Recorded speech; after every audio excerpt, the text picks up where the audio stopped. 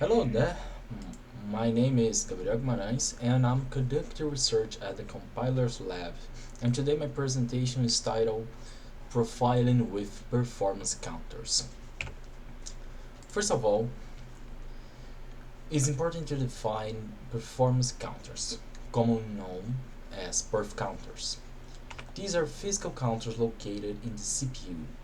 Their management is responsibility of the PMU, Performance Monitoring Unit, a component of the CPU that controls these counters and interfaces with softwares to collect performance statistics data. These counters track hardware level events such as software commands, instructions executed, or hardware related measurements like cache usage. These events represent raw observations values, essentially statistical data. To derive meaningful insights from these numbers, we must perform statistical analysis.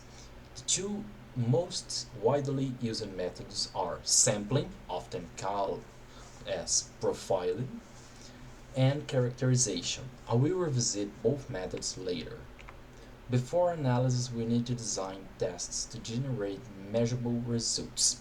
To count events, we must run any specific code, and this code must be compiled into executable and executed using software that records counters activations provided by the PMU. Only then can we proceed with the analysis. The most commonly used tools for this purpose are perf from Linux, vtune for Intel CPUs, and gprof for AMD CPUs. In this presentation, I will focus solely on perf and vtune. Finally, events are defined as measurable behaviors in hardware components. Examples include CPU cycles, branch misses, CPU clock, and cache misses, like L1 cache misses. There are over 50 of such events available for testing. Using perf, we can run an executable once and retrieve the number of the CPU cycles. As example, CPU cycles is the default value for performance tests. We can choose another values. On the next approach, we're gonna run the code without predefined events to capture the maximum measurable events, then analyze the results for deviations. The first line is the command that is called perf stat from the perf Linux. 5 is the number of times that's gonna run, making a little sample with one time of second interval between the executions, sleep 1. So and then we see the results. On the left column we have the mean values of the execution. The right column we have the standard deviation in percentage in reference of the mean value. On the last line we have the total execution time. These are sample data that can be used in almost any statistical analysis. Returning to the analysis methods, we have profile and best characterization. Both tests were completely different because of the statistical models that underlie them. Profiling takes samples of the running code, while characterization obtains the observed values, such as the previous one, to run a hypothesis tests. Furthermore, the sampling method records the percentage of usage of specific events, tracking the objects or code parts, whereas characterization records only the value which required test or other statistical approach to derive insights. In conclusion, there are different methods for two types of approach resulting in different meanings. Profiling can find hotspots and usage and percentage of time are on a specific usage. Characterization, you can run a hypothesis tests for have more complicated insights.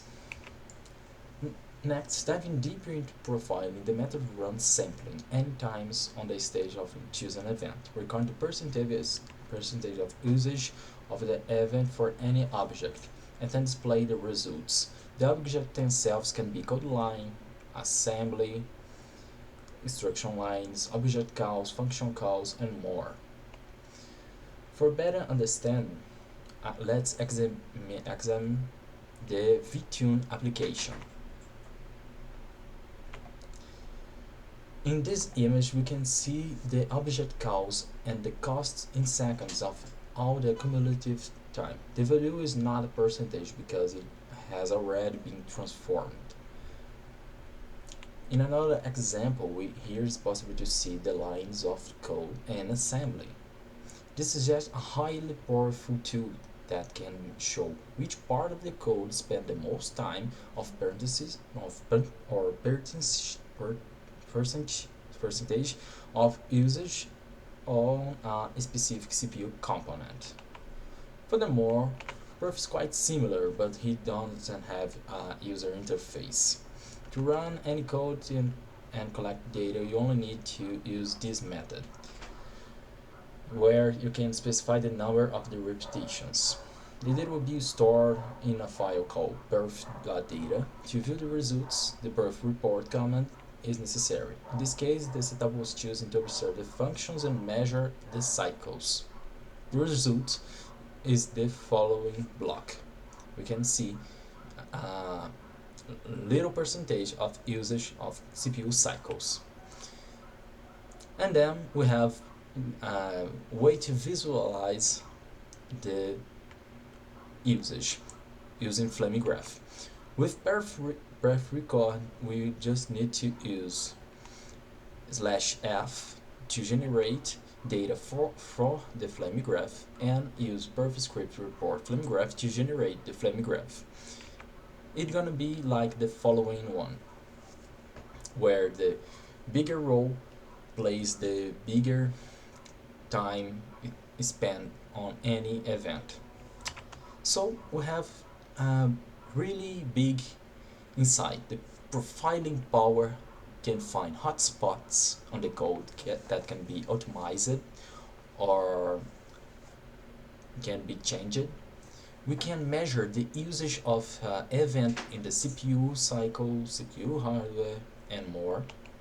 And we can profile any executable in many events on the hardware and the CPU. Is a good tool to profile and understand the behavior of the program on the hardware. So, this is it. My name is Gabriel Guimarães, and thank you very much.